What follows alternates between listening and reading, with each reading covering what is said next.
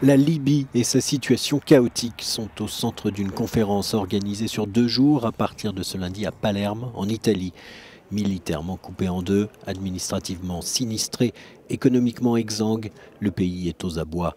Après plusieurs rencontres et sommets, le dernier à Paris en mai, la Libye attend toujours un futur meilleur.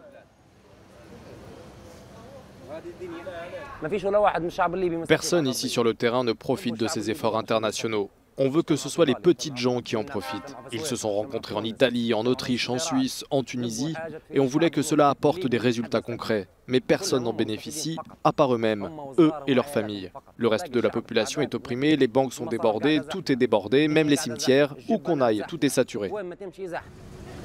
Certains voient déjà l'échec de cette conférence, car les objectifs sont trop vagues, trop ambitieux.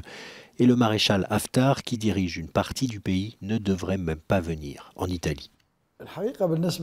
Malgré la présence de personnalités importantes sur la scène politique, quelle que soit leur position, je ne m'attends pas à ce qu'elles proposent quelque chose de nouveau ou d'important. C'est comme si c'était une réunion politique répondant à ce qui a été fait à Paris, mais on n'attend pas grand-chose de tout cela.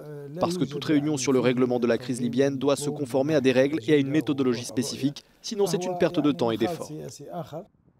La date initialement prévue du 10 décembre pour les prochaines élections est d'ores et déjà obsolète, plusieurs membres du Conseil de sécurité de l'ONU ayant refusé de la valider.